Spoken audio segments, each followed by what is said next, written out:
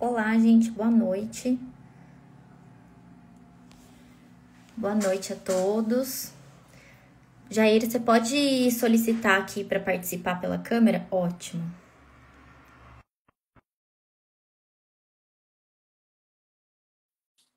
Vamos ver se vai entrar aqui. Boa noite a todos. Já acabei de aceitar o Jair. Olá, Jair, boa noite. Olá, tudo bem, Marcela? Tudo bem? E você? Tudo ótimo, satisfação revela. Ah, a satisfação é minha. Muito obrigada aí por aceitar o convite novamente, viu? É um prazer te rever aqui e ter você aqui com a gente. Muito obrigada. E Meu direito, sim, né? consigo, e você? Tá super bom, tá bem Ai, bom. que bom, ótimo. Que bom. Tô esperando o pessoal ir entrando um pouquinho. E enquanto eles vão entrando, Jair, eu gostaria muito que, se possível, você se apresentasse um pouquinho para explicar para o pessoal do seu trabalho, o que você faz hoje aí no Texas, né? A questão das suas pesquisas, dos seus livros. Então, eu queria que você falasse um pouquinho do seu trabalho antes da gente começar, pode ser?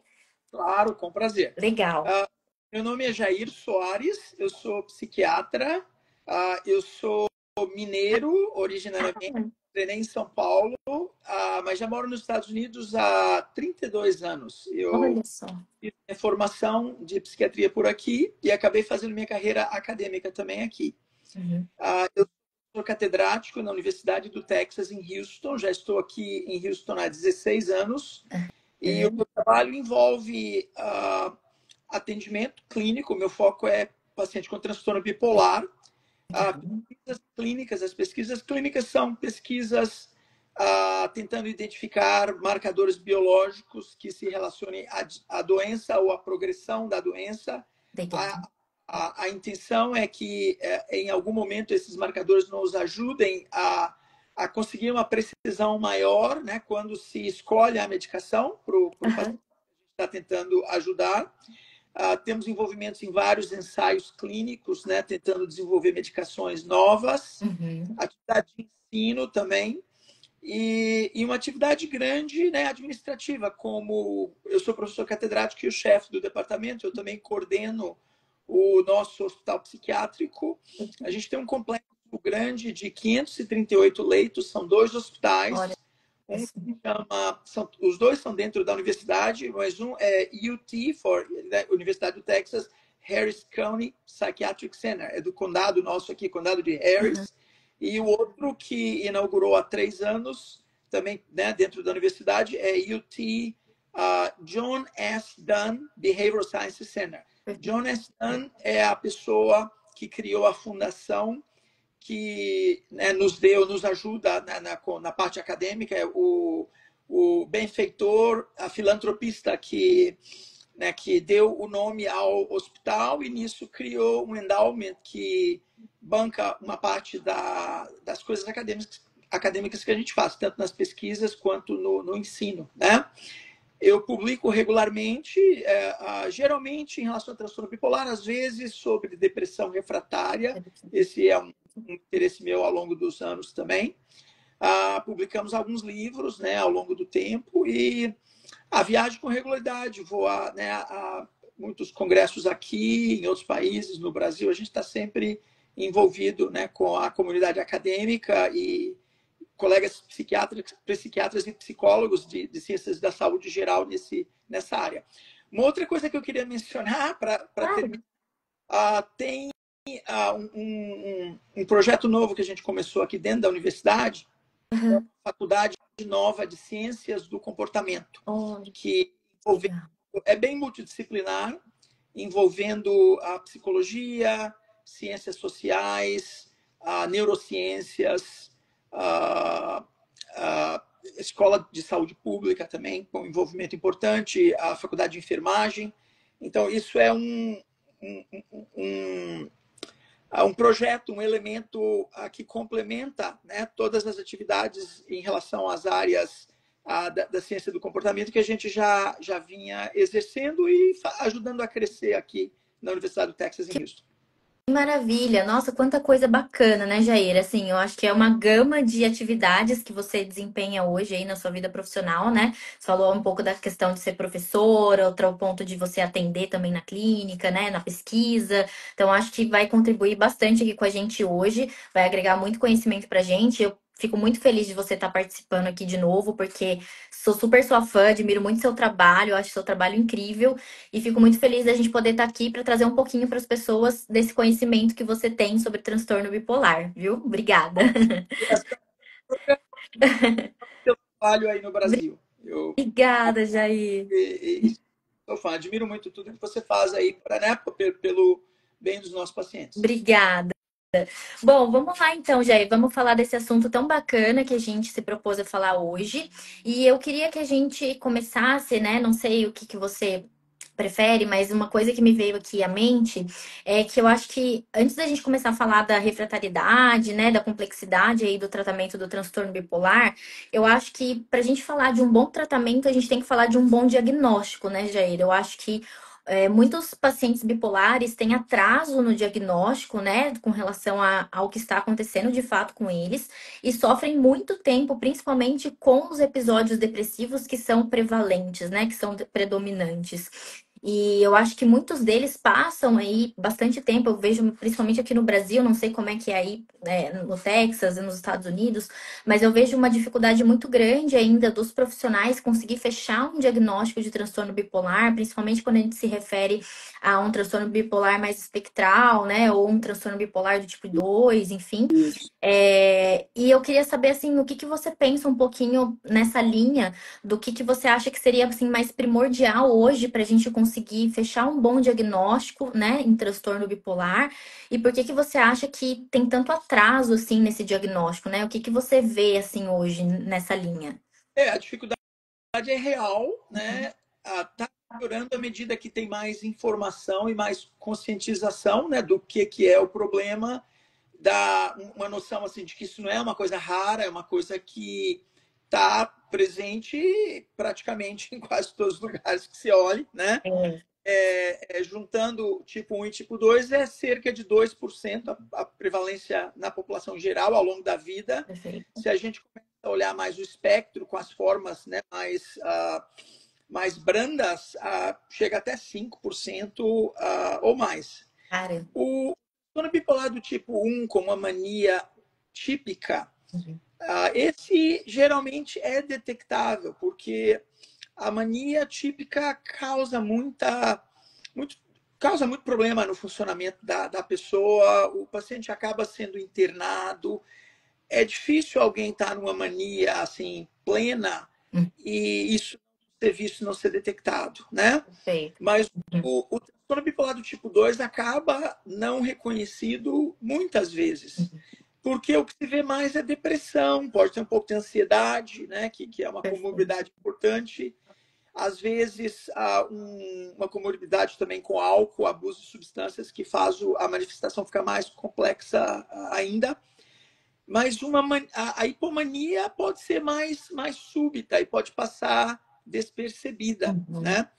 Pelos diagnósticos atuais, como sabemos, a gente, né, usa 4 dias como o marcador para se chamar de bipolar do tipo 2, né? E formas que durem menos a gente acaba botando no espectro, né? Espectro. Uhum. Mas a questão é que uma hipomania, muitas vezes a pessoa fica até mais produtiva, Uhum. né? E quando não se tem um sistema próximo que está assim preparado para saber o que buscar e a pessoa também não tem uma noção muito do que aquilo pode saber, né? Uhum. E ainda pelo fato da hipomania ser descrita como um processo, uma fase até prazerosa, né? Uhum. Dos pacientes que a gente tem com transtorno bipolar tipo 2, a hipomania não os incomoda. Na É, verdade, se pudesse ter hipomania sempre, seria bom, é né? verdade. É que entra em depressão e fica em depressão por um tempo. Isso causa um prejuízo social, funcional e, né, da capacidade da pessoa aproveitar a vida muito grande. Mas à medida que se tenha mais informação, menos estigma, né? Uhum. Um fator importante e fácil assim de se ter em mente, né? Se tem um caso de transtorno bipolar na família, tem uma chance maior, né, entre outros familiares que tenham sintomas de problemas de humor, de que isso seja, né, parte de um processo bipolar ou que evolva, né, com a manifestação mais claramente bipolar em algum momento. Então, essa é uma red flag, é um fator de risco importante, né? Se tem Uhum, uma história familiar de transtorno bipolar em alguém que está deprimido, que às uhum, vezes fica meio irritadiço, uhum. essa é uma coisa de se averiguar. Mas, assim, muitas vezes não fica muito claro até que a gente tem a oportunidade de ver a pessoa durante o episódio de hipomonia e constatar uma certa aceleração, né? Uma história mais clara de que não está dormindo bem, apesar disso não fica cansado, né? Mais confiante e aumento, né, do número de interesses e às vezes até da capacidade produtiva, né? A pessoa consegue fazer muito mais do que faria normalmente. Mas eu acho que é questão mesmo de informação, né, entre o público, né, em geral. Uhum. Mas para nós profissionais de saúde mental, às vezes só com a avaliação cross-seccional isso não fica muito claro. A gente precisa de seguir o paciente, ter acesso a informações acuradas, né, do que aconteceu, do histórico do paciente, do que aconteceu antes, falar com familiares, amigos, pessoas que possam ter visto o paciente, né, ao longo do prazo em momentos que a pessoa não estava indo bem, né? Acaba sendo de mais difícil diagnóstico mesmo. E quando a gente fala do espectro, aí fica mais difícil ainda. A questão do espectro é que se a gente expande muito e não tem assim um prejuízo claro da capacidade de aproveitar a vida, de produzir e de se dedicar às coisas que a pessoa gosta, de interagir com a família, com os amigos, a questão é se isso é um problema que requeira a atenção médica e tratamento, né? Por isso, Uhum. então, se você olhar o trabalho que agora já faleceu já há uns anos, mas o professor Akisko, Hagop Akisko, que trouxe essa noção de vários subtipos, Uhum. variados mesmo, né? Uhum. Quando você vai adicionando subtipo, em algum momento se expande muito, todo mundo é bipolar, né? Eu acho que tem uma linha importante Importante. que, do jeito que eu vejo, uma coisa importante que tem que nos governar é se essas, né, flutuações de humor são no nível que causam problemas para a pessoa, sofrimento, né, Uhum. que estão atrapalhando a pessoa de aproveitar a vida, né, de funcionar como gostaria de funcionar normalmente. Perfeito, perfeito, Jair. Não, eu concordo com você. Eu acho que essas questões são bem importantes. Você falou sobre histórico de casos de transtorno bipolar na família, né? Eu acho que essa é uma coisa que é, como você mesmo falou, é uma red flag. Eu acho que é um ponto importante da gente avaliar quando a gente está diante de um paciente na nossa frente, né? Com uma possibilidade de um transtorno bipolar.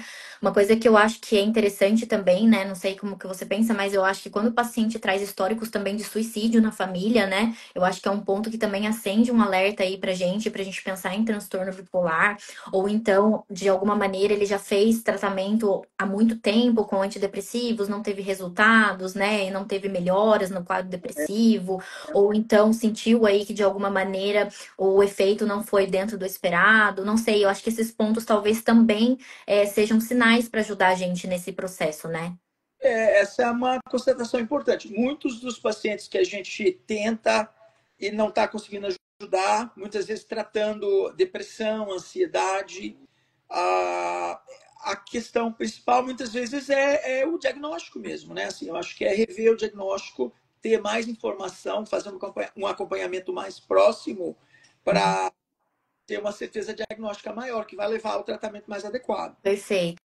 Perfeito. E uma coisa interessante também, Jair, você estava me falando um pouco sobre essa questão do, principalmente pacientes bipolares do tipo 2, né? Que a hipomania é algo um pouco mais sutil que a mania, né? Não é aquela coisa tão clara como você mesma falou, que aumenta o nível aí de produtividade, de energia. Então, o paciente talvez não perceba isso como algo ruim, como você mesmo falou, né? Como algo bom. Eu acho que a gente pode explicar um pouquinho para o pessoal aqui. Eu gostaria que você falasse, quero muito te ouvir hoje, um pouquinho mais sobre a questão da hipomania, né? Porque dentro do transtorno bipolar, para a gente conseguir fechar um diagnóstico de transtorno bipolar, é necessário a presença ou da mania ou da hipomania, senão a gente não está falando de transtorno bipolar, né? E eu queria que Exato. você falasse um pouquinho, principalmente da hipomania, nem tanto da mania, que eu acho que a mania é uma coisa muito mais clara para a gente hoje, né? Mas talvez um pouco mais da hipomania, assim, dessa necessidade da presença dela num diagnóstico aí de um transtorno bipolar tipo 2 ou de, como a gente pode falar, de outros tipos de transtorno bipolar, enfim. Então, talvez que você falasse um pouquinho mais desse processo da hipomania na vida do indivíduo, de como é que funciona, porque as pessoas às vezes pensam que transtorno bipolar é só uma questão de humor também, né? E a gente sabe que não é só humor, né? Mexe em níveis de energia, de impulsividade, de psicomotricidade, então tem uma série de alterações aí importantes que acontecem, né? Uhum. O jeito mais fácil de diagnosticar, né? Fácil, num processo que é difícil, mas né, assim, a pessoa que passa, que, né, às vezes tem períodos aonde assim do nada se sentem muito mais energizadas e mais confiantes. Pode ter uma elevação de humor, né? Mas ou às vezes irritabilidade também. Mas uma característica fundamental, essa é uma informação importante que o paciente pode trazer é que assim, olha, doutor, ou doutora, eu tenho dormido muito pouco e não me sinto cansado, né? Não tô, sabe, a necessidade de dormir diminui, e isso não é uma coisa induzida por drogas. Porque se a pessoa usa droga e está passando por um período de usar estimulantes, isso pode causar também um fenômeno semelhante, mas não atribuída ao uso de drogas, períodos assim espontâneos, né, que Uhum. vêm, que podem durar algumas horas, fica mais complicado de detectar. Porque, claro, se uma coisa muito boa que te empolga acontece, você vai ficar empolgado. Isso é normal, né? Assim, a natureza. É bom que a gente se sinta assim. E se tem assim uma coisa muito diferente e excitante, bacana na vida de alguém, uma noite que você não vai dormir pensando naquilo, também não está fora, né, do que acontece. Uhum. Mas eu acho que fica mais fácil de caracterizar, né? Alguns dias, essa energia súbita, eu não preciso dormir, não me canso, eu estou mais confiante, estou às vezes até um pouco mais irritável, às vezes falando, a fala está um pouquinho mais acelerada, né? E geralmente no nível que não chega a causar muito problema. A pessoa consegue ainda, né, assim, funcionar no trabalho, às vezes funciona até melhor, né? Alguém Uhum. que estava deprimido, que estava com o trabalho acumulado, agora está com muita energia, não precisa de dormir muito. Para muitos, esse é um período onde, na verdade, você vai trabalhar mais e botar as coisas mais em dia.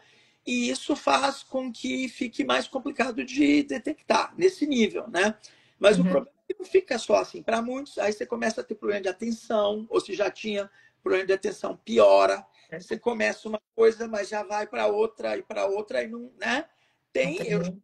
né, a gente tem pacientes onde a hipomania é algo que é uma energia assim do nada que os impulsiona. O problema Perfeito. dura, né? E muito frequentemente é seguida de depressão, Perfeito. se não imediatamente depois de um tempo. Mas para muitos pacientes também, isso, olha, eu não estou dormindo, eu estou com mais energia, eu estou um pouquinho, né, assim, mais agitado, né? A psicomotricidade está acelerada e interesses diferentes, mas né, eu começo uma coisa e não termina, eu já quero começar outra. Muda a maneira da pessoa funcionar e de se Funcionar. posicionar. Para quem está perto, é uma mudança assim que se identifica, né? Perfeito. E quando a gente não tem acesso à informação para corroborar, né, de familiares, né, de pessoas que conhecem bem o paciente, aí fica mais difícil, né? Porque muitas vezes a pessoa não lembra. Nessa é uma alteração mais leve, que durou alguns dias. Às vezes o paciente não traz isso espontaneamente, e mesmo quando questionado, muitos não trazem assim de uma maneira que a gente consiga identificar Identificar. como a certeza. Perfeito, perfeito. Perfeito, é realmente porque é o que você está explicando aqui pra gente, né? A questão da hipomania é uma coisa tão mais sutil do que a mania que o paciente ele não vai observar que é uma questão de uma alteração no nível de energia do funcionamento, né? Então ele vai ter mais disposição, a estima dele vai ficar melhor muitas vezes, né? Ele vai se perceber aí mais produtivo no trabalho. Muitas vezes a gente vai observar um pouco o aumento dessa impulsividade. Tem paciente que vai para compras, né? Tem outros pacientes aí que vão buscar outras coisas, né? Ou ter uma atividade direcionada, né? Então a gente tem esses aspectos que eu considero que são bem importantes, principalmente para gente que está fazendo uma avaliação do diagnóstico, né? Que é o que a gente está falando agora dessa importância, para a gente não conseguir deixar passar batido, né? Porque eu acredito que muito dessas questões que a gente vai falar, né, sobre questão de refratariedade e tudo mais, acho que começa por aí, né? Porque às vezes a gente fala de um paciente que não está respondendo ao tratamento, mas muitas vezes tem um erro no diagnóstico, né, Jair? Aquele paciente que está tratando uma coisa que na verdade é outra, né? Isso, com certeza. E olha, você mencionou a questão de, né, que às vezes uma característica comum é que alguém que estava mais reservado, que era mais reservado por natureza, agora está, né, mais sociável e num nível maior, até socialmente inapropriado, às vezes, Perfeito. né? Principalmente mais na mania, assim. Mas a questão das compras, às vezes é difícil até de discernir, porque se você pergunta para o paciente, olha, você anda mais interessado em estar tá comprando coisa que você não, né, não podia ou não devia comprar, e tem pessoas que isso é o jeito que elas são, não é? Aham. E, não, já tem, né? Né tô sempre com problema com a minha esposa, com meu esposo, porque eu tô sempre querendo comprar coisa e tal. Isso é diferente de, olha, né? Eu passei por uns dias, semana passada, onde mesmo sabia que eu não estava podendo e sem precisar, eu estava indo para a loja e voltando com um monte de coisa, né? Hum, E aquela inabilidade mesmo, assim, de avaliar os riscos, né? E de se posicionar de acordo como era da natureza da pessoa, mas que durante a hipomania fica comprometido essa capacidade de julgamento. perfeito. Perfeito, não, perfeita colocação. Eu acho que você colocou muito bem. E uma coisa que eu acho interessante da gente pensar nessa questão do diagnóstico também é que como o transtorno bipolar ela é uma doença predominantemente depressiva, né? Então acho que uma das coisas que a gente pode tentar esclarecer um pouquinho para as pessoas aqui também, Jair, é o que que a gente pode fazer, que ajuda a gente a conseguir diferenciar a depressão unipolar da bipolar, né? Tirando essa questão da gente ver a presença de episódios maníacos e hipomaníacos, o que que a gente pode pensar, algumas características que ajudam a gente a conseguir fazer esse diagnóstico diferencial?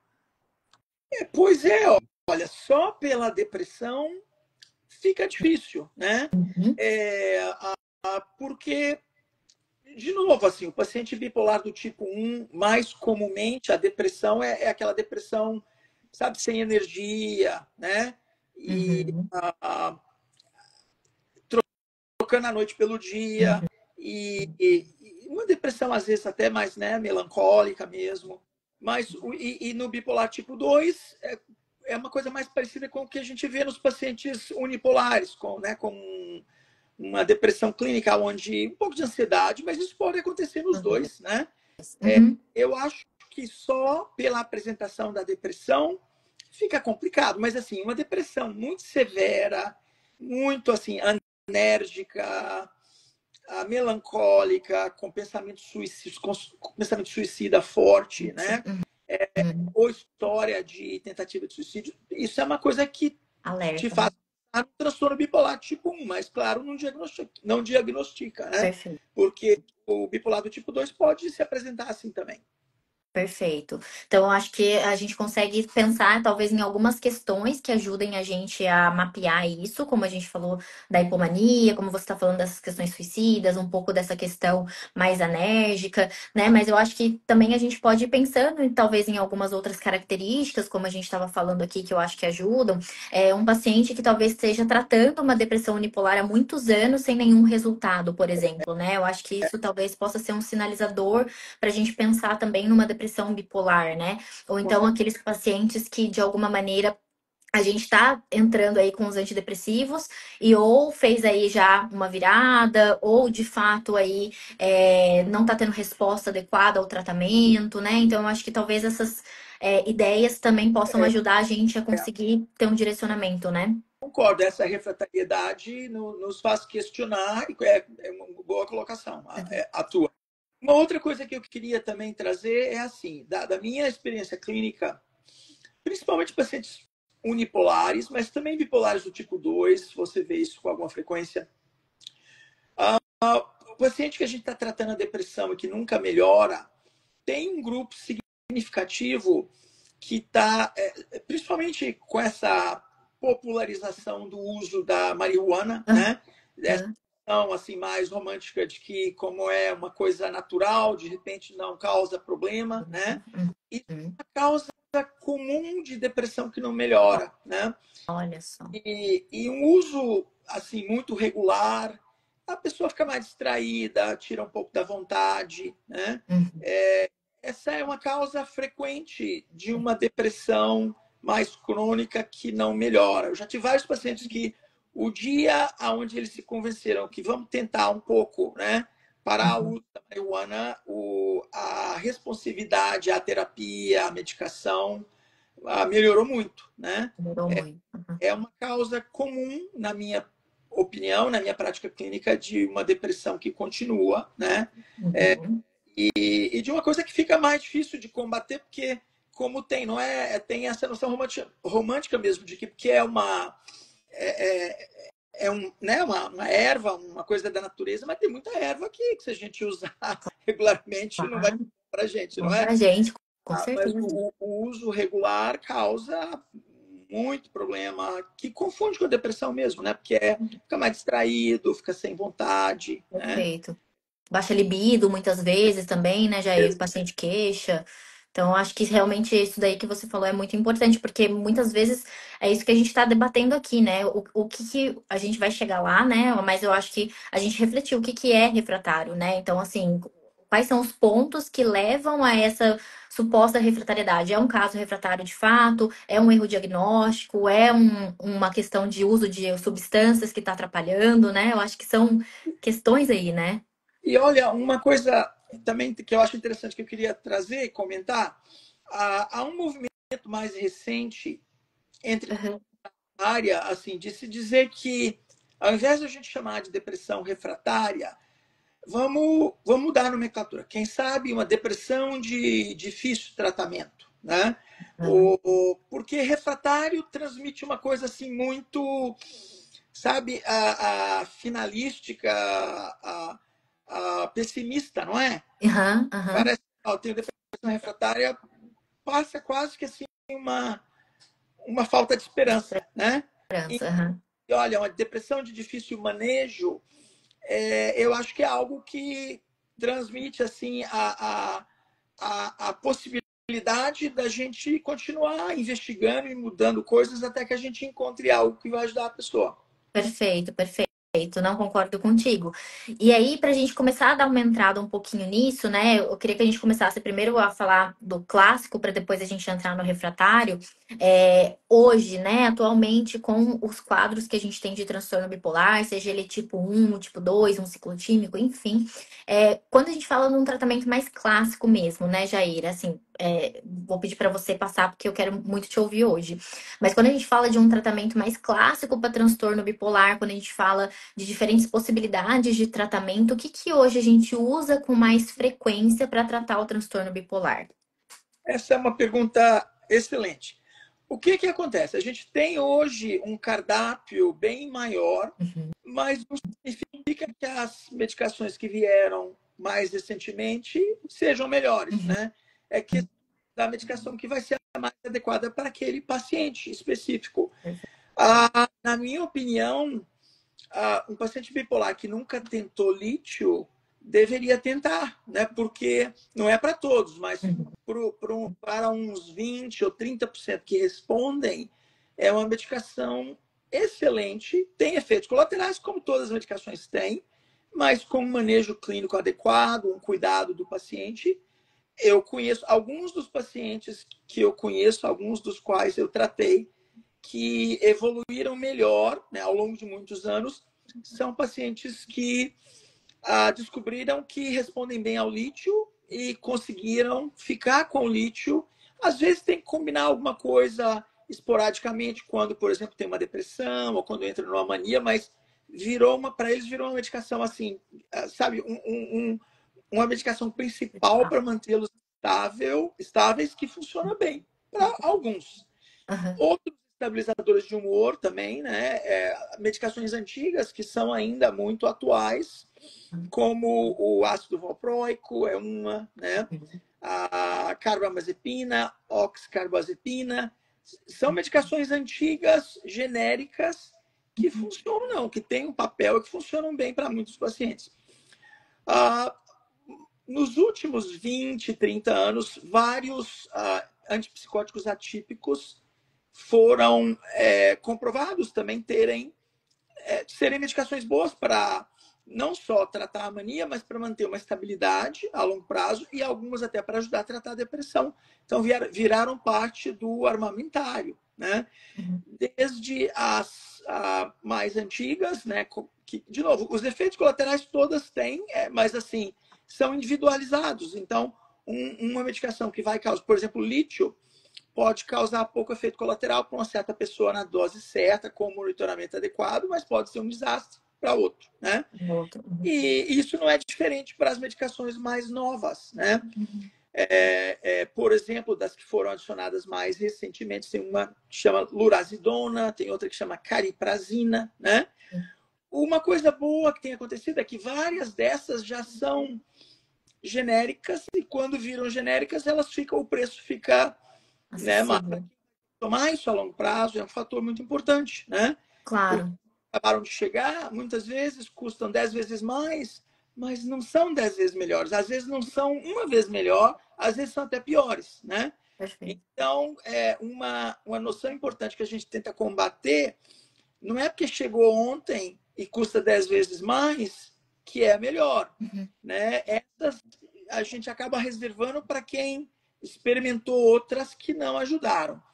Mas muitos dos nossos pacientes acabam precisando mesmo de combinações de medicações. A gente não gosta de polifarmácia, mas como é um transtorno crônico que tende a ir e vir e muito relacionado com estresses, né, da vida em relação a ter uma descompensação, relacionado também com tentativas da pessoa se tratar com o uso continuado, excessivo de álcool ou outras drogas. Então, muitos acabam precisando de mais do que um estabilizador de humor, apesar da gente preferir não usar antidepressivo, porque pode aumentar o risco de ter uma ciclagem. Tem pacientes que já estão 2, 3 estabilizadores de humor, estão com a terapia adequada, com um profissional excelente, e não saem da depressão.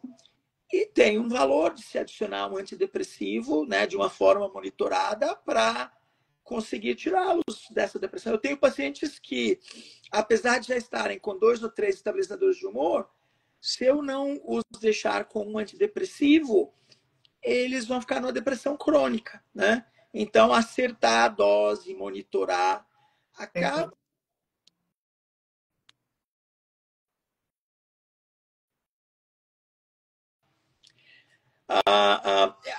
Tem muita arte junto com a ciência diferentes, né? E claro que assim, o que eu digo para meus pacientes é que a medicação ideal que serve para todo mundo, isso não existe, né? Não só na psiquiatria, em nenhuma parte da medicina. As medicações ajudam alguns, mas não ajudam outros, né?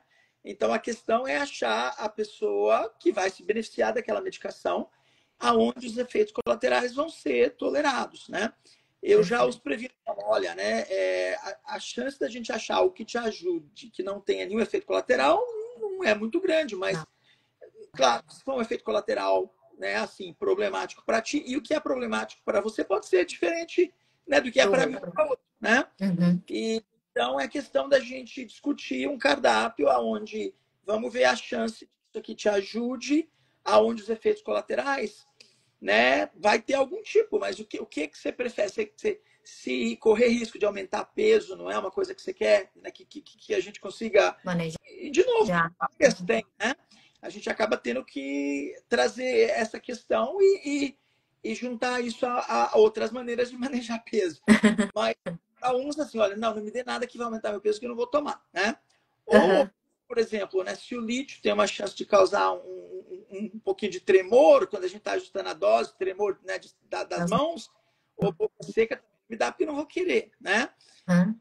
E todas têm algum tipo de efeito colateral, mas o que eu digo para você é assim, olha, vamos achar o que te ajude, e aí, se tiver algum efeito colateral, às vezes mudando a dose, melhora, ou se a gente deixar por um tempo, teu organismo vai ficar mais acostumado e isso vai te incomodar menos.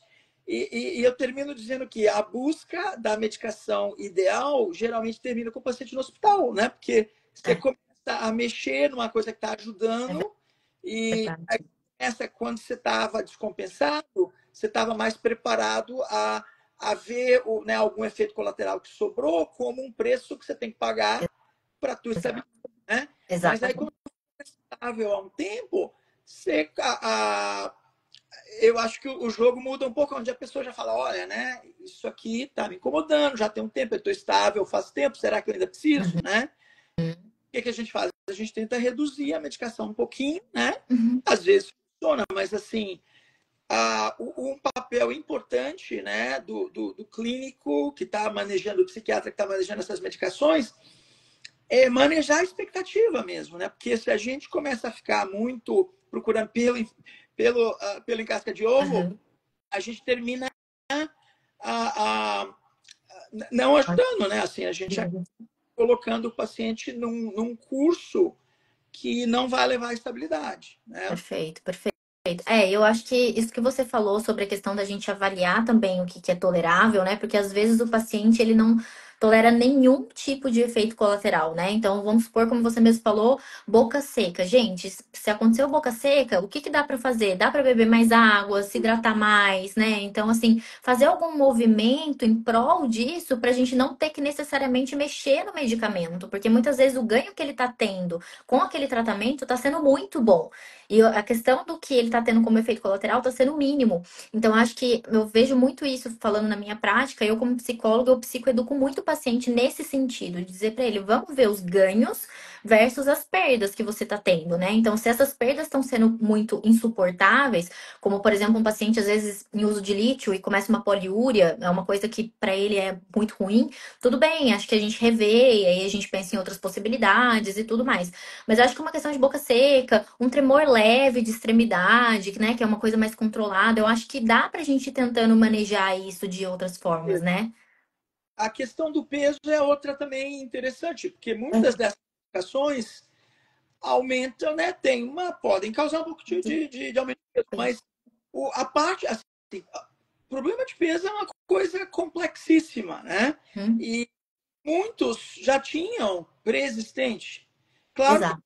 é uma medicação como olanzapina, Uhum, essa também para algumas pessoas pode aumentar muito o peso. uhum, Mas outras eu tento meio trabalhar com a pessoa e falo, olha, vamos dar uma olhadinha, né? Isso aqui te ajudou muito. uhum, Tá bom, ganhou uns quilinhos, mas antes você já estava precisando de perder, não estava? Né? uhum, E não bota a culpa só na medicação. Claro que a exato. medicação não vai ficar mais fácil perder o peso, mas tem maneiras efetivas, né? Uhum, Aonde a gente te ajudando a controlar as coisas, né, do teu estilo de vida, alimentação, nível de atividade, isso vai ser bom para a tua saúde, perfeito. vai te tomar essa medicação que está te ajudando claramente, aonde, né, é questionar essa noção de que se está com problema de peso é tudo em função da medicação. Uhum, Eu se é um caso de olanzapina, onde a pessoa estava no peso, começou a tomar e aí ganhou 20 quilos, né, uhum. em 2, 3 meses, aí não tem discussão. Mas É. coisa mais insidiosa, às vezes a pessoa já tem esse problema ao longo da vida, que é muito comum, né? Uhum, Está ajudando, ainda mais porque comparativamente, claro que tem algumas das medicações mais novas onde a possibilidade para aumentar peso é menor. Por exemplo, lurazidona é uma que geralmente não causa aumento de peso. uhum, Cariprazina também uhum. tem né, o custo. A lurazidona, pelo menos aqui, já tem genérico, então o custo não é mais uma questão importante. A cariprazina, como ainda não é, né, não é genérica, é 10 vezes mais do que o genérico custaria e pode não funcionar tão bem Também. propensidade menor a causar aumento de peso, como também outros atípicos. É comparável com o que você vê com a lurazidona, comparável com o que você veria com a risperidona e provavelmente quetiapina um pouquinho maior. É uma que, né, além da questão da sonolência, pode também.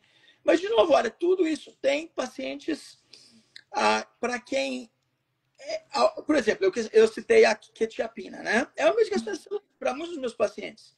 Se a Uhum. gente acha assim um fit bom Uhum. da expectativa e causa sono, desde que você tome à noite, te ajuda a dormir. Dependendo da dose, não vai te causar muita sonolência, né, de manhã, né? Alguns pacientes, por exemplo, que estavam bem estáveis em quetiapina, que estavam com problema de acordar de manhã, diminuindo a dose e os encorajando. Falar, olha, você gosta de exercitar, né? É bom para ti. Ao invés de exercitar de tarde, você não começa a exercitar de manhã. Essa foi uma estratégia onde um paciente que responde super bem conseguiu continuar tomando sem e funcionando bem de manhã, sabe? Sem um problema, né? Uhum. Então tem essas questões são relativas. Eu acho que é tudo custo e benefício, mas é importante que tanto o psiquiatra quanto o paciente tenham clara a questão de que medicação ideal não existe, né? É questão da gente achar que vai ser melhor para a pessoa e entender que se não funciona, não tem nem o que argumentar. Se não está te ajudando, para que você vai tomar, não é? Exato. Mas se está te ajudando, vamos ver os efeitos colaterais e ver o que a gente pode fazer para optimizar. Perfeito. E eu acho que essa questão até do ganho de peso, que você falou das medicações, eu vejo também alguns casos, Jair, não sei, você também, mas transtorno bipolar é um transtorno do impulso também. Então, eu vejo muitos pacientes bipolares com impulsividade para comida. E aí, às vezes, a gente começa a introduzir o medicamento e o paciente tá com essa impulsividade para comida, e ele fala que é do medicamento. E, na verdade, é ainda sintomas do transtorno que não tá estável e que tá levando ele a ter esse ganho de peso. É verdade, é verdade. Uma ferramenta nova que, de novo, não tem os dados definitivos não estão ainda aí, mas os GLP-1 antagonistas, né? Essas medicações novas de diabetes e que estão também usadas para obesidade.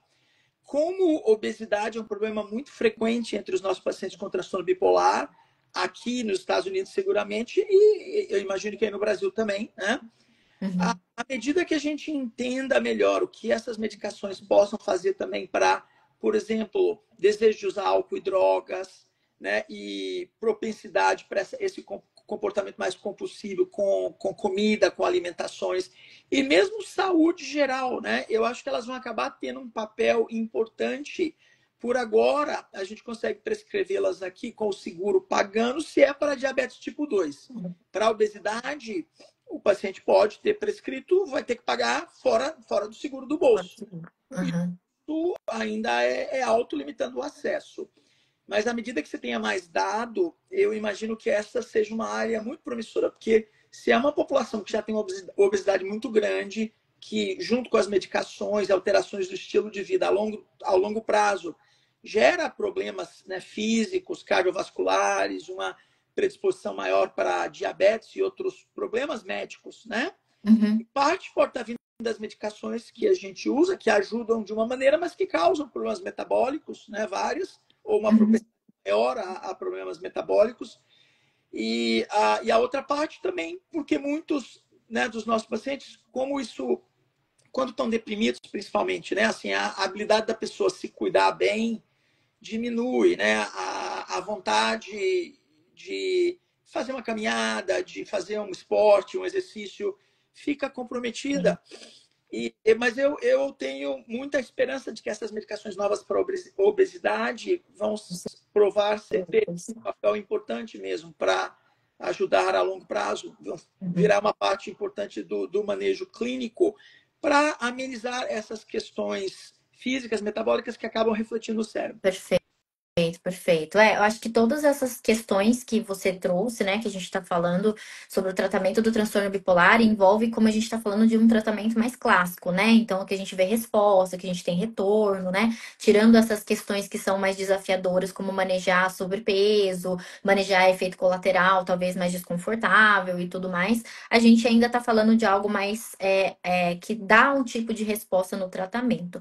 Mas agora eu queria que a gente entrasse mais um pouquinho na sua área, né? Que a gente falasse um pouquinho sobre esses casos de pacientes refratários ao tratamento. Então, hoje, o que que você traz para a gente como entendimento de refratariedade? O que que seria um caso que a gente pudesse dizer assim, olha, esse paciente de fato é refratário ao tratamento? Olha, então, é uma questão muito complexa. A gente Uhum, discutiu a questão diagnóstica, né, que isso. é primordial e que complica. Uhum, Ah, tem também a questão da adesão ao tratamento. Tem paciente que não quer fazer terapia, uhum, né, não está disposto a nenhum tipo de psicoeducação que o ajude a manejar a vida, né, escolhas, né, que todos fazemos, né, de como que a gente quer viver, que hora que eu vou para a cama, né, e que tipo de extravagância que eu faço ou não faço, e coisa, e né, eu vou beber muito, vou usar droga, coisas uhum. que vão comprometer mesmo a estabilidade de todo mundo, saúde mental de todo mundo, mas principalmente de quem já está, né, tentando recuperar, se manter estável de um transtorno bipolar, Perfeito. né? E a adesão aos tratamentos é uma questão importantíssima. Então, quando a gente fala de uma refratariedade assim mais clara e clássica, uma questão importante é se está tomando a medicação de verdade, né? Uhum, Para pacientes que são muito não aderentes, há medicações, os antipsicóticos atípicos de longa duração, né? Esses estão disponíveis que podem ser parte do armamentário. E perfeito. funciona assim, quando a pessoa já está numa dose estável de uma certa medicação, mas não toma, ou seja, a gente já sabe que os efeitos colaterais vão ser toleráveis, se transiciona para injeções mensais ou bimestrais, e tem algumas novas até que durariam, né, 3 meses ou mais. Né? Mas, Uhum, de novo, isso só funciona se a pessoa vai tomar a injeção também, né? Porque é quem não quer verdade. tomar, você dá uma injeção e ele não volta, ela não volta no mês Não vai seguinte, ou seguir. daí a 2 meses para tomar, então termina no mesmo lugar.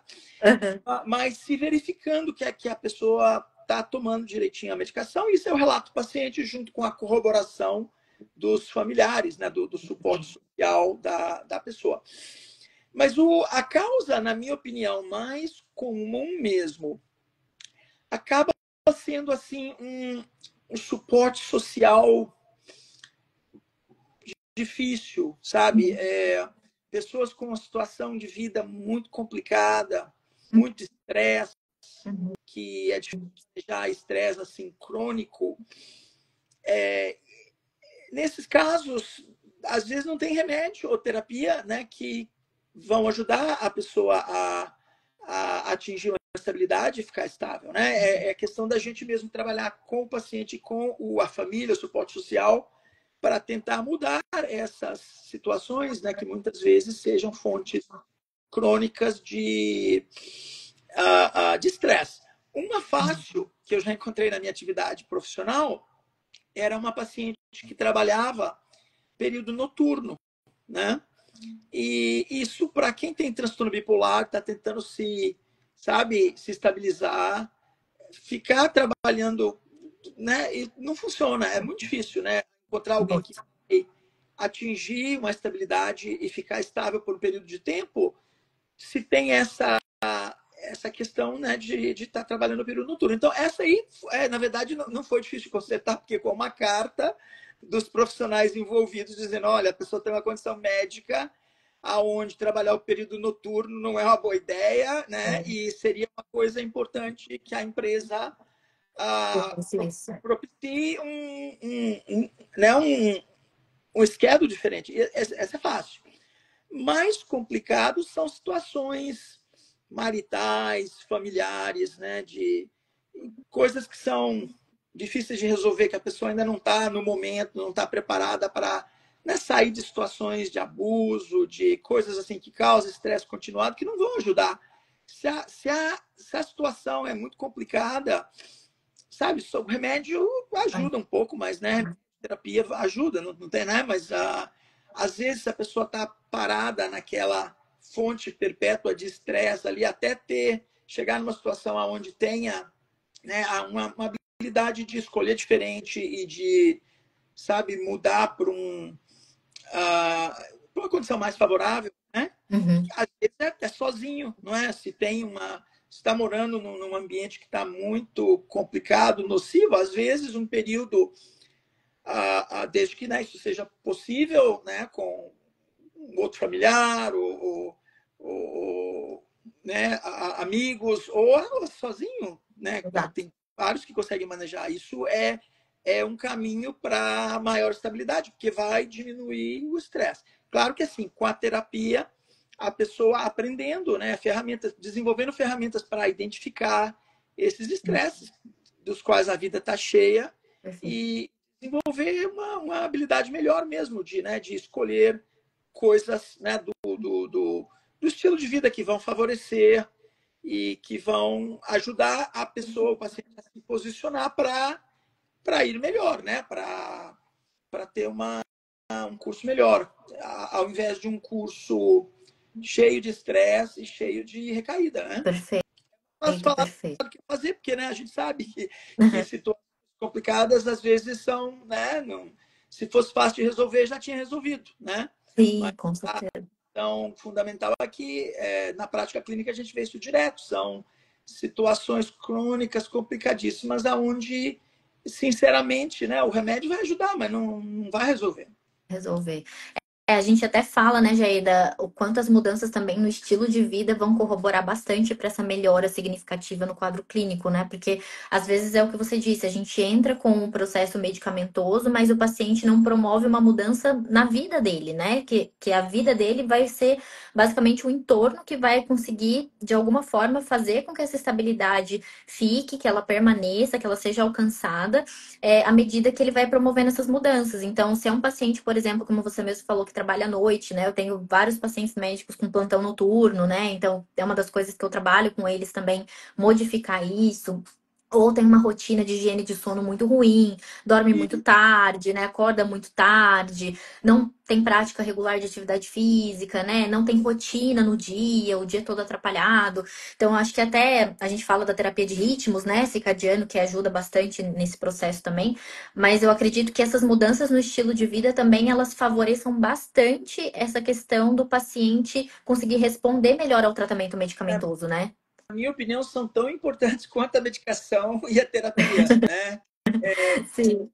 Hoje em dia é muito comum, olha, alguém que está com problema de sono, aí quando você olha, a pessoa traz o celular para a cama e, Uhum. e no celular, hoje em dia, aquilo ali é uma diversão que nunca para, né? Assim, porque quando Exato. você cansou de um aplicativo, você vai para o outro Uhum. e quando se assusta, já são 2 da manhã e você tem que acordar às 7 para ir trabalhar, não Exato. é? Ajudar Exatamente. a pessoa a desenvolver ferramentas é uma questão mesmo de uma disciplina, né? Da, Exatamente. das escolhas que a gente precisa de fazer para conseguir se colocar numa situação melhor de funcionar bem no dia seguinte. No dia seguinte. Exatamente. E aí, quando a gente tem alguns casos, Jair, que a gente está falando aqui sobre as estratégias farmacológicas também, né? Então, você me citou aqui algumas possibilidades de alguns estabilizadores de humor, alguns antipsicóticos atípicos, típicos. Então, você trouxe algumas questões aí bem interessantes para a gente no tratamento. Mas e quando a gente, por exemplo, vai falar um pouquinho mais de uma linha de um tratamento não farmacológico, né? Algumas outras intervenções que talvez em alguns casos mais refratários a medicamento, o que que você sugere, assim, pra gente, né? Eu sei que tem algumas possibilidades, mas quero te ouvir. O que que você sugere pra gente quando a gente tá vendo que tá tendo uma baixa resposta aos estabilizadores de humor, o paciente tá em quadro ainda em episódios fazendo algumas hipomanias ou manias, né? Alguns episódios depressivos, enfim. O que que geralmente se sugere quando a gente não tá tendo muita resposta? Tem algumas ferramentas, né, mais recentes, o valor delas comprovado no momento acaba sendo mais mesmo para depressão, né? Uma neuromodulação com a estimulação transcraniana magnética, essa é aprovada para Uhum. depressão bipolar. Não tem uma aprovação aqui nos Estados Unidos do FDA, que é o órgão que aprova medicações aqui, para depressão bipolar, mas é usado. A gente fala de off-label, ou seja, dados de estudos mostrando que funciona, mas não no nível que o FDA tenha julgado apropriado para aprovar. E muitas vezes é porque também não teve ainda o interesse de comercial uma companhia que tenha, né, feito os ensaios grandes o suficiente, investido para gerar os dados que o FDA consideraria para aprovar, né? Mas é usada. Então, um paciente bipolar que permanece numa depressão, que já está com alguns estabilizadores de humor diferentes, já tentou algumas coisas, está numa terapia adequada e, né, um manejo de psicossocial, de estilo de vida e tudo. É uma coisa que é recomendada, pode-se tentar, funciona para alguns e não funciona para outros, como, né, todas as medicações, como tudo em medicina.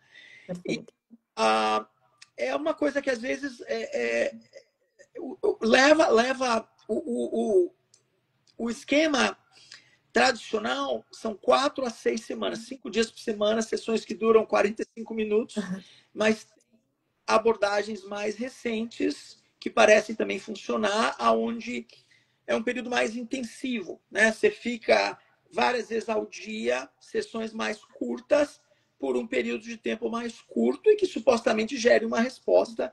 A gente não sabe ainda quanto que isso dura, né? Mas é uma área de interesse. Ou seja, tá como ferramenta clínica a estimulação transcraniana para pacientes que não toleram muito antidepressivos ou que não estão respondendo, é uma coisa de se tentar e vários respondem.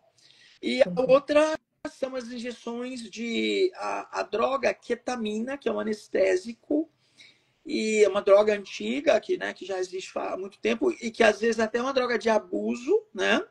Pessoas compram no mercado negro para abusar. O ator Matthew Perry, os relatos é que ele, né, se viciou em ketamina e que acabou falecendo afogado na banheira em decorrência né, da adição que ele desenvolveu à ketamina.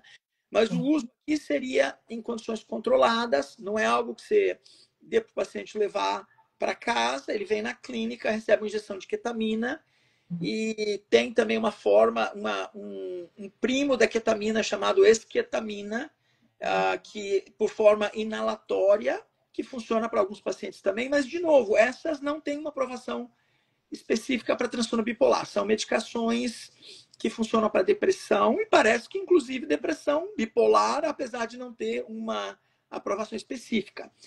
Mas essas modalidades mais novas, tanto a neuromodulação com a estimulação transcraniana ou as injeções de ketamina, o que a gente não sabe ainda é, para o paciente bipolar, como é que fica a questão da estabilidade a longo prazo, né? Acabam sendo uma ferramenta para ajudá-los a sair de uma depressão que estava mais cronificada e se saiu, né? Muitas vezes a gente acaba repetindo, né? Olha, você estava deprimido, a ketamina te ajudou, daí um mês você está deprimido de novo, vamos voltar para outra administração de ketamina.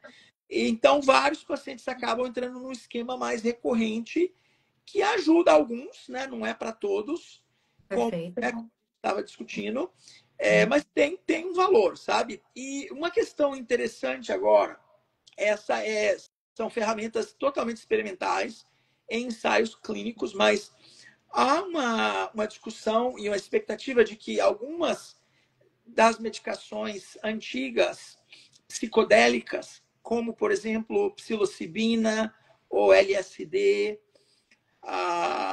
né, no Brasil, a ayahuasca é uma que é difundida, né?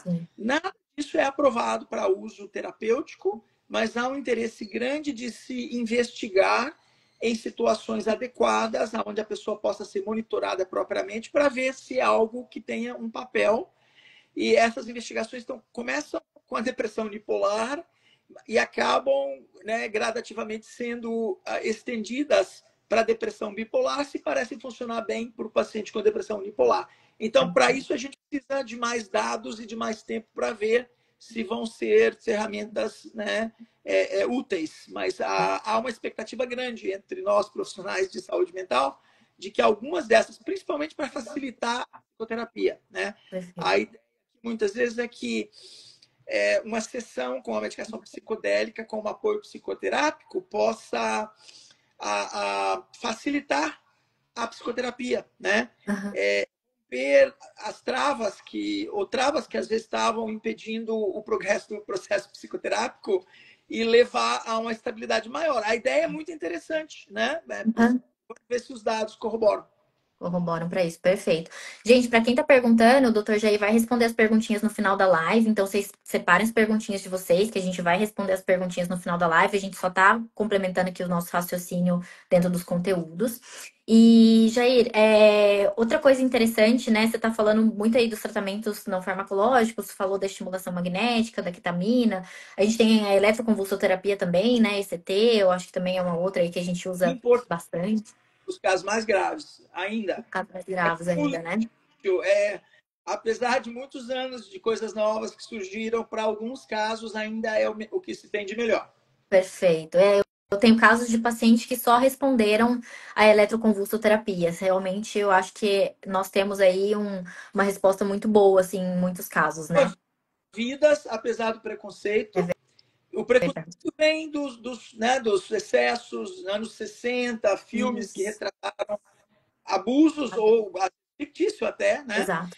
Mas eu falo para os meus pacientes, eu falo, olha, esse CT é uma coisa, do jeito que é feito hoje em dia, é totalmente não dramático. É como ir fazer uma endoscopia, né? Aham. Endoscopia. Vão te dar anestesia, você vai dormir, né? E vai ter uma medicação que vai impedir contrações musculares.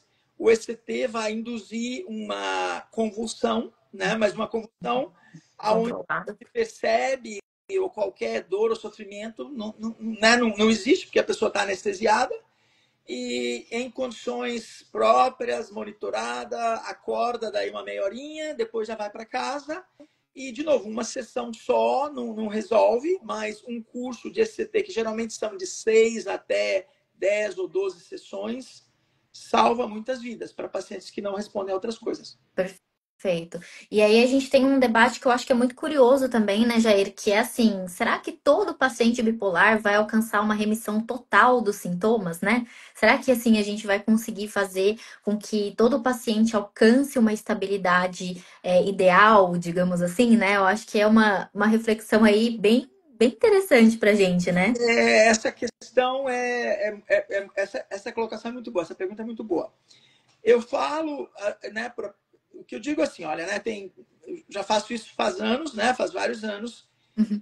e quando eu olho, né, os meus pacientes que progrediram melhor, né, primeiro uma questão de sorte de encontrar uma medicação a qual eles responderam bem, né, Perfeito. mas também envolve sorte também de ter um sistema social que às vezes é família, mas às vezes não é família, né? Às vezes são Uhum. outras fontes de apoio que todos temos, né? Mas um Uhum. sistema de suporte que os ajude a identificar cedo quando as coisas estão começando a ir para o lado errado. A outra questão é acesso a tratamento. Né? Quem tem um problema e quando precisa de uma ajuda, você vai ligar para alguém que vai te responder daí a um mês, comparado com, né, alguém que tem um acesso bom a profissionais né, Claro. que vão responder rapidamente. Acesso a medicações, essa outra coisa também. A gente prescreve coisas que às vezes os pacientes não têm como obter, né? Então, essas questões sociais estão muito ligadas, mas quem tem sorte de ter um suporte social melhor, um acesso melhor à atenção médica, a medicações, e uma sorte de responder, porque tem gente que tem acesso perfeito, os melhores médicos, psicólogos, profissionais que vão atender rapidinho quando precisar, não tem nenhum problema para comprar medicação, mas apesar do que se tenta, nada ajuda. Isso tem também, né? Então é uma questão multifacetada. E tem a parte do estilo de vida, parte é escolha, mas parte também é coisa que a gente não consegue deliberadamente escolher, né? Por exemplo, né, eu tomo a medicação, tomar a medicação para quem está tomando, né?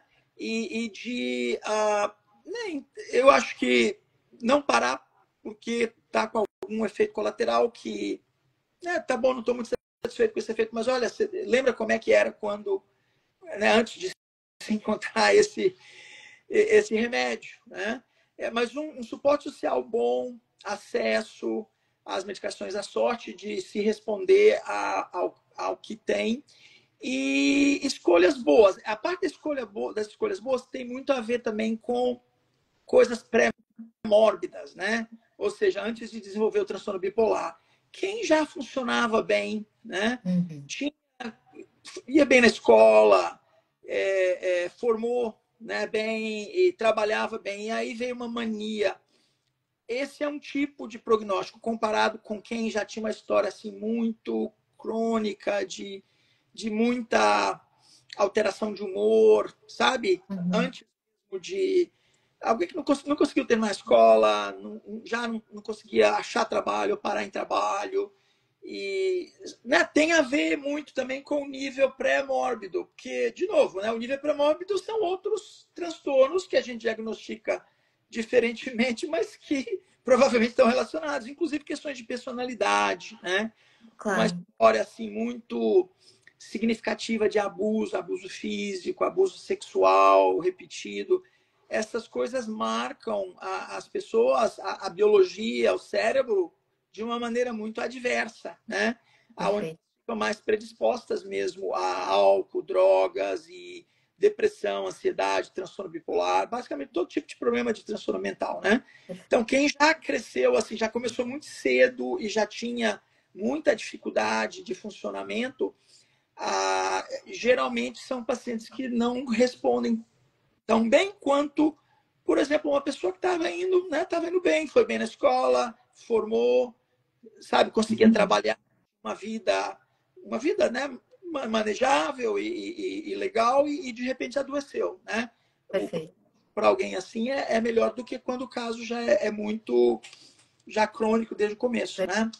Perfeito. São muitas variáveis, né, que a gente tem para a gente poder definir isso, né, Jair? Eu acho que eu observo assim que a gente consegue alcançar para muitos pacientes bipolares a estabilidade de fato, mas que alguns pacientes a gente fica com aqueles sintomas mais residuais, né? Então fica um pouquinho de um resíduo aí hipomaníaco, um resíduo depressivo, mas que eu vejo que quando o paciente tem uma bagagem aí com relação a um processo também terapêutico bom, na qual, como você mesmo citou lá atrás, sobre capacidade de gerenciamento de estresse, de gerenciamento de rotina, de estilo de vida, uma série de coisas. Quando o paciente está bem, de alguma forma, suplementado com tudo isso, eu acredito que mesmo que ele fique com alguns sintomas mais residuais, que a gente não consiga alcançar uma estabilidade total, o paciente ele consegue aprender a manejar isso de É, certa maneira, ah, né? eu tenho pacientes, nós todos conhecemos pessoas que ficam super estáveis anos, né? Uhum, E geralmente, vamos dizer, um momento onde tem uma separação, ou perdeu uma pessoa que é muito importante, perdeu o emprego, uhum, estresse na família, estresse no trabalho, pode ser um período onde a pessoa vai ter uma recaída, né? uhum, E muitas vezes essa recaída começa com, eu não sei se eu estou precisando dessa medicação, né? uhum. Ou de repente não se cuidar bem, alguém que estava se exercitando, dormindo direito, alimentando bem, já gradualmente começa a não fazer essas coisas que estavam ajudando. É uma batalha, até a gente encontrar a cura, é uma batalha que tem que ser ganha todo dia, né? Perfeito. E a gente não se pode abaixar a guarda porque Uhum. já tem um bom período de estabilidade. E são importantes com pacientes jovens, né, que a gente cuida. Por exemplo, eu tenho alguns que estão na universidade e às vezes, né, me trazem, vem, olha, não, isso não é justo, que como é que os meus colegas podem, as festas na faculdade são tarde e, né, a gente sai tarde, quer beber e eu falo, olha, né, alguém que não tem transtorno bipolar, de repente pode fazer isso e conseguir funcionar no dia seguinte. Mas você que tem que se cuidar melhor, né? Exato. É o que é. Você pode viver em negação e a doença vai te botar para baixo, ou você pode tomar responsabilidade e fazer tudo que está ao teu alcance nas tuas escolhas para se dar a melhor chance né, de continuar bem, né? Uhum. Mas essa é uma questão, porque a vida, essas coisas são insidiosas e o ambiente, né? Tem às vezes essa coisa, meu Deus, né? coitado de mim, por que eu, não é? Por Aham, que que o Joãozinho e a Mariazinha podem fazer o que eles querem e não estão com nenhum problema, né? aham, E eu, né? A pessoa que tem transtorno bipolar precisa de se cuidar, né?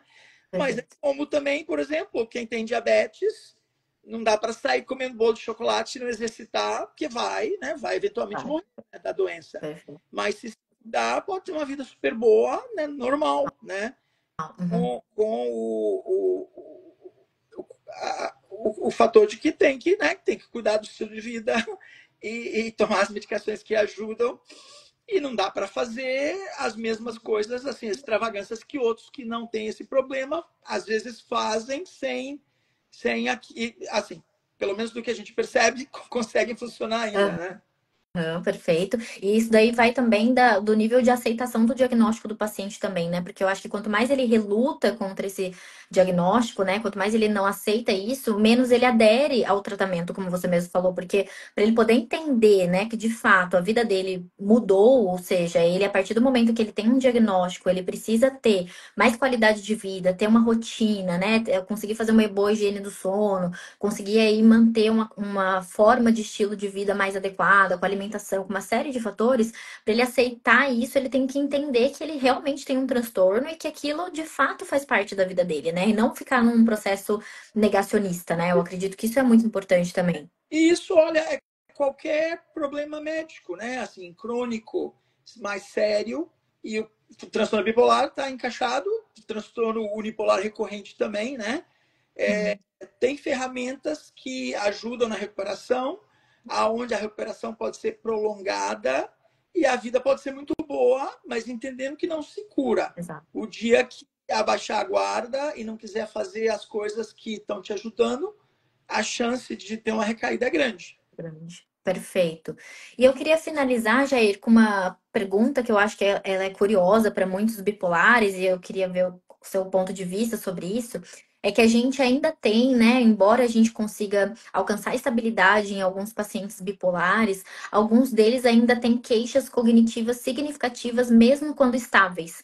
Então, dificuldades ainda, principalmente mnemônicas, né, com relação à memória, com relação às vezes à atenção, mesmo eles estando mais estáveis. O que que você observa assim na sua prática nesse sentido e o que que geralmente é feito a nível de intervenção nesse direcionamento? Ótima pergunta, Marcela. É uma área atual de muito interesse e a constatação é que, quando a gente testa mais especificamente, muitos pacientes têm um certo nível de alteração cognitiva. Para muitos, uma alteração discreta que as pessoas se adaptam e não te atrapalha, né, de funcionar. Mas principalmente para os pacientes mais severos, mais crônicos, quem tem depressão muito longa, severa, mania muito severa, longa, várias, né, ao longo do tempo, esse prejuízo cognitivo pode ficar mais evidente e uma coisa que acaba atrapalhando o funcionamento da pessoa um pouco, né? Uhum, Às vezes junto com uma depressão residual. Esses são os dois fatores mais importantes. Quando você tem um paciente bipolar, que os sintomas estão controlados, sintomas de humor, mas a pessoa ainda não conseguiu, né, voltar a funcionar bem como funcionava. Questões importantes de se investigar: uma é a depressão residual, que precisa de ser tratada, controlada melhor. Outra é a alteração cognitiva, né? Para uhum, alteração cognitiva, há tentativas de se tratar com medicações estimulantes, mas os dados não são muito claros e há uma preocupação de se comprometer a estabilidade do humor. Então, não é uma coisa que a gente recomende. Seria, tá. por exemplo, medicações que tratam TDAH. Se a pessoa tem TDAH, é outra história, né? Uhum, Prescrever estimulante para tentar tratar algum processo cognitivo que está começando, não é algo que tenha, sabe assim, um suporte empírico de dados aonde a gente recomende na prática clínica. perfeito. A outra área é o que se chama de remediação cognitiva. São, muitas vezes, né, sessões de terapia onde, com exercícios mentais que estimulam funções psíquicas específicas, por exemplo, memória é uma, né? Uhum, É, onde e muitas vezes essas coisas são programas de computador, computadorizado também, a ideia aqui é vamos gerar ou uma sessão de terapia que esteja trabalhando essas funções cognitivas, às vezes até com a ajuda de um software, de um programa de computador, onde a pessoa vai fazer esses exercícios. E essa área está começando. O que geralmente se constata é que há uma melhora nos testes específicos, alguma melhora, às vezes, geralmente até estatisticamente significativa, mas a questão é se isso se traduz no impacto clínico e no funcionamento, entendeu? Por exemplo, se alguém fez exercício de memória e vai lá, faz o teste de novo e melhorou em alguns pontos, isso vai ter uma diferença na vida da pessoa, né? No que a pessoa precisa no dia a dia para funcionar como psicólogo, médico, advogado, engenheiro, né? ou operário, né? Trabalhador na obra, ou que seja. E essa questão tá em aberto. E isso, assim, melhora a qualidade de vida, melhora o funcionamento da pessoa. Porque se são coisas onerosas, tanto de tempo quanto de custo, e o efeito é discreto e não faz muita alteração na qualidade de vida da pessoa, né? Não é algo que se fosse eu, não ia querer, né? Eu acho que é uma área onde a gente precisa de mais dados e de um discernimento para, né? Que às vezes tem modas que são onerosas e que não vão, né? Não vão resultar em nada assim que a pessoa vá perceber como uma melhora real, né? Na qualidade de vida e na capacidade de funcionar. Perfeito, perfeito. Não, concordo contigo. Então, existem esses caminhos, né, essas possibilidades, e acredito que, ainda como você mesmo disse, é uma área ainda promissora de mais pesquisas, né, de mais dados para a gente conseguir fundamentar isso um pouquinho Isso, melhor, né? importante. São questões que precisam ser resolvidas. Perfeito, perfeito.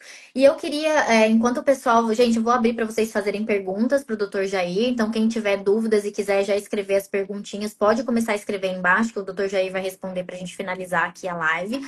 Mas queria aproveitar também para falar que o Dr. Jair tem bastante material publicado, artigos, livros. Alguns dos livros do Dr. Jair, para quem lê em inglês, tem na Amazon aqui no Brasil, então vocês conseguem adquirir os livros.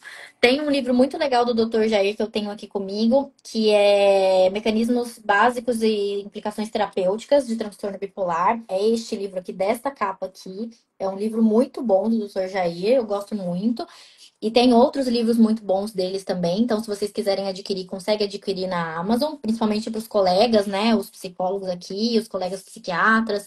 Então, assim, são materiais, eu acho que bem atuais aí que o doutor traz para a gente poder se atualizar com esses conhecimentos. E eu gostaria também, Jair, de você dar uma dica para a gente dentro da literatura que você traz aí, dos livros que você publicou. O que você sugere aí para a gente dos seus últimos lançamentos, né? Me fala um pouquinho assim dos seus livros, para a gente poder estar dando uma olhada nesse material, estudar um pouquinho, né? Gostaria que você Legal, falasse um pouquinho. legal, obrigado. Então, eu acabei de lançar, junto com o professor Marçal Sanches, também um brasileiro que trabalha, né, com a gente aqui no departamento na Universidade do Texas, em Houston. É um Handbook of Clinical Psychiatry. É um livro-texto voltado a residentes, clínicos, né? Clínicos psiquiatras, psicólogos, profissionais de saúde mental, olhando a parte diagnóstica e de tratamento, e é um livro mais geral, né? Não é só específico em relação a transtornos de humor. Esse saiu recentemente, né? E é um livro legal, que eu recomendaria. Bacana. Tem um outro também que saiu ano passado, esse é um textbook de mood disorders, né? Esse eu tenho aqui. Isso, É esse aqui, né? isso. Com o professor Alan Young, Mário Juruena, professor Marçal Sanches também, e eu, né? Nós quatro coeditamos. Os outros dois colegas, né, um é um inglês que está, e o Mário é um brasileiro que está no King's College em Londres, já está lá faz muitos anos, e o Marçal e eu aqui em Houston, na Universidade do Texas. Então, 3 brasileiros e um inglês. Legal. E o livro ficou bem legal. Esses dois saíram ano passado, né? Hum, Mas agradeço a tua atenção imagina. de mencioná-los. Muito bom, são livros muito bons, eu gostei muito, assim, eu acho que pra gente que é da área, a gente precisa estar se atualizando aí com as informações, principalmente aí, né, dos Estados Unidos, que vem de fora, eu acho que isso ajuda bastante a gente que tá do lado de cá também. Então, eu acho que são livros ótimos e eu super indico aqui pros nossos colegas. Bom, o pessoal começou a colocar algumas perguntinhas aqui, Jair. Vamos lá, eu vou colocar da primeira pessoa aqui, aí você veja, que é da Adri Feijó. Ela colocou clozapina em microdose, alterou exames, e se existe alguma medicação que possa fortalecer a medula para reintrodução além do lítio. Muito obrigada. Olha, boa pergunta. Clozapina com alteração, né, do hemograma é uma coisa delicada, ainda mais se né, dose baixa. Há a possibilidade de se tentar de novo e monitorar, né, de maneira próxima. Lembrando assim que a clozapina não é uma medicação que tem uma aprovação específica para tratamento do transtorno bipolar. No entanto, é uma medicação que ajuda pacientes que não respondem a outros tipos de tratamento. A gente acaba reservando assim para uma linha mais a subsequente pela questão de ter que monitorar. É uma medicação que às vezes causa muito aumento de peso também, né? Semelhante ao que você vê com a olanzapina. Mas como o lítio, tem pacientes que respondem super bem à clozapina e melhor do que a qualquer outra coisa, né? Em relação ao transtorno bipolar, a diferença, o lítio é aprovado, né? É uma medicação para transtorno bipolar aprovada com a história longa. A clozapina, a aprovação dela, esquizofrenia, psicose e com um uso assim off-label em pacientes mais graves, severos com transtorno de humor refratário, complicado, inclusive para o paciente com transtorno bipolar. Mas essa questão é delicada. Eu não conheço nada que fortaleça a medula, mas desde que se dê um certo tempo, o hemograma se regularize e com uma argumentação muito forte de que a resposta foi muito boa e que já se tentou de tudo mais o que resta, senão a minha recomendação seria não tentar de novo, porque se em dose baixa causou supressão de medula, tem uma chance boa de causar de novo. Perfeito. Aí a Sandra pergunta assim: doutor, pode comentar sobre o lítio e a perda da função renal? Exames indicam perda leve e o meu medo é que possa ser progressivo e irreversível. Tenho 53 anos e uso lítio há 2 anos. Essa questão é importantíssima. A primeira coisa a se determinar é a resposta terapêutica, né? Se o lítio te ajudou muito melhor do que qualquer outra coisa, né? É um argumento importante para se monitorar a função renal, envolve um nefro junto com o psiquiatra e às vezes né, vai ter que diminuir a dose, provavelmente, para obter o mesmo nível né, terapêutico sanguíneo. E muitos pacientes conseguem, né? Não é uma contraindicação absoluta, desde que o paciente saiba que tem uma chance de piorar e que. E outra coisa também é ver se aquilo é claramente do lítio, porque tem outros processos que causam alteração renal também. Claro que o lítio não vai melhorar e é um fator de risco a mais e pode piorar, né? Mas olha, num momento onde há outras medicações, várias outras, que não causam problema renal, eu acho que é difícil justificar continuar no lítio se a função renal está sendo comprometida, a menos que você já tenha tentado as outras e as outras não tenham te ajudado, sabe? Se não, é melhor tentar. Tem medicações novas que às vezes vão te ajudar, pode ser que te ajudem sem ter essa questão do risco de comprometimento renal a longo prazo.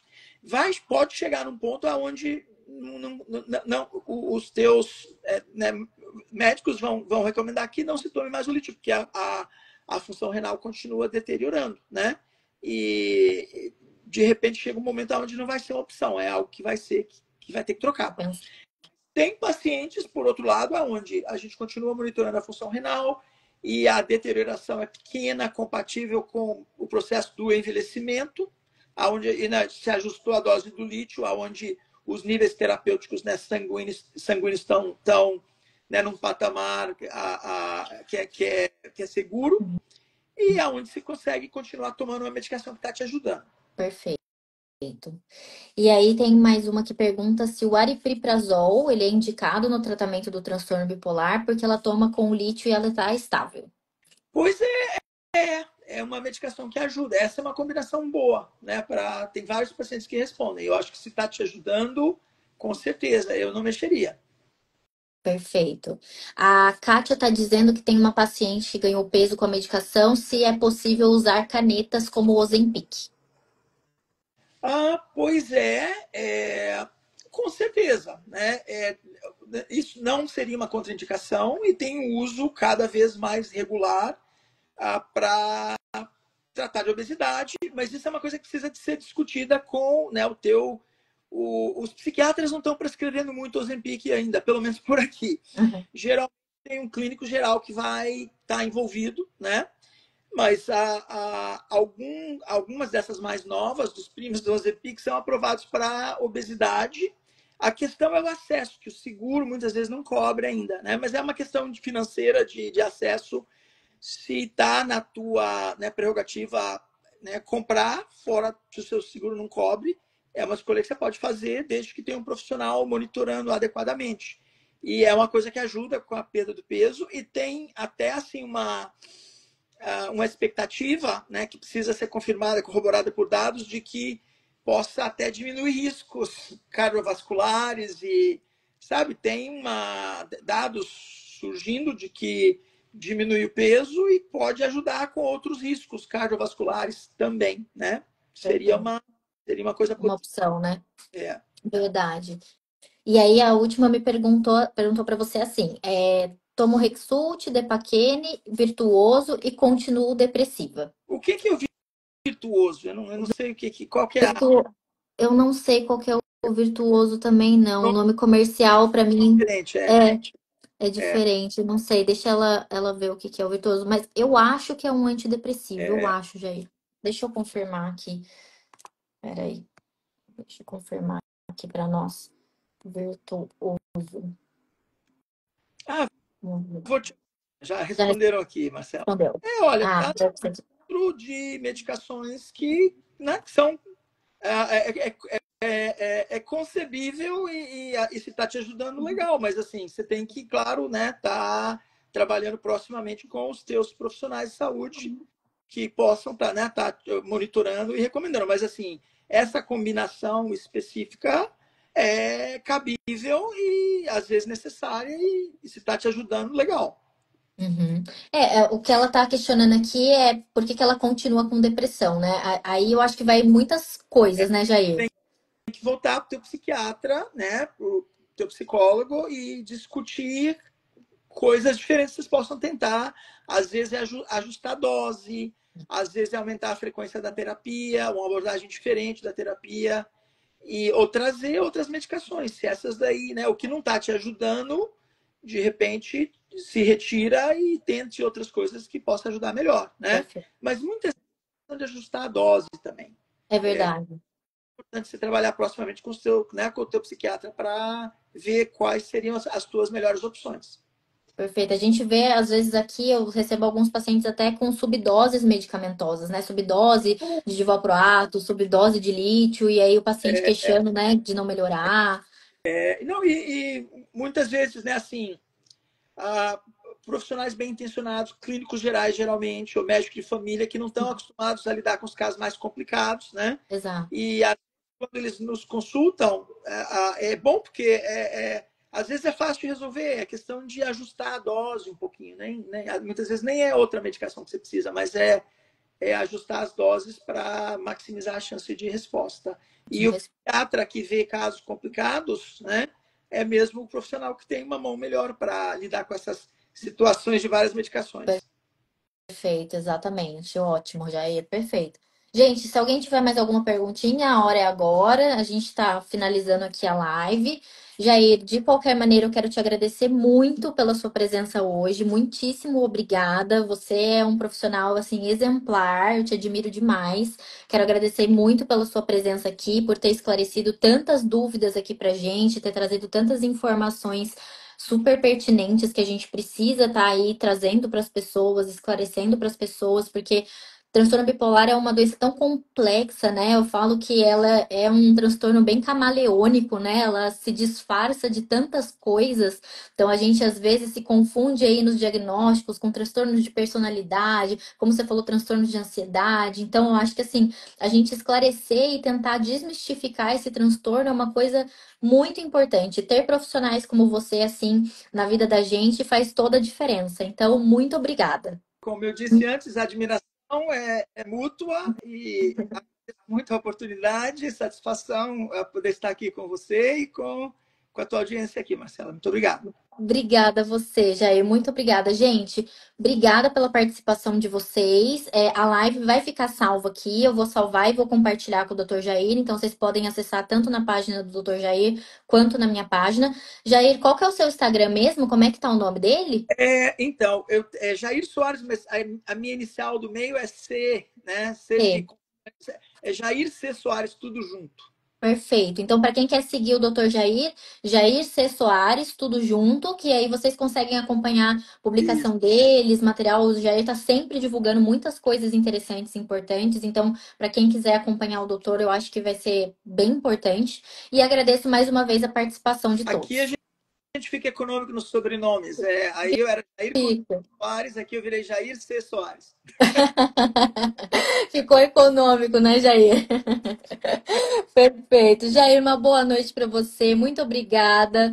Obrigada a todos. E eu espero a gente se ver ainda o mais breve numa próxima, viu? Muito Com certeza. obrigada. Grande Um abraço. Até mais. abraço. Obrigado. Tchau, tchau. Obrigada.